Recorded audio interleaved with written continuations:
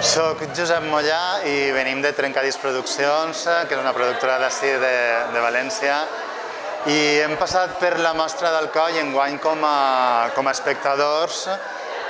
No presentàvem nosaltres res, però teníem moltes ganes de teatre.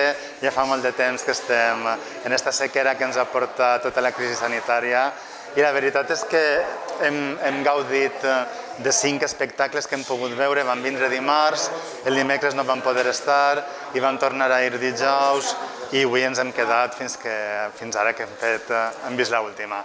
I res, benvingut al teatre, benvingudes les sales plenes de gent i tota la qualitat que ha portat la Mostra d'Alcoi, que de vegades s'ha de vindre a aquestes convocatòries per a veure determinades coses que ens han encantat.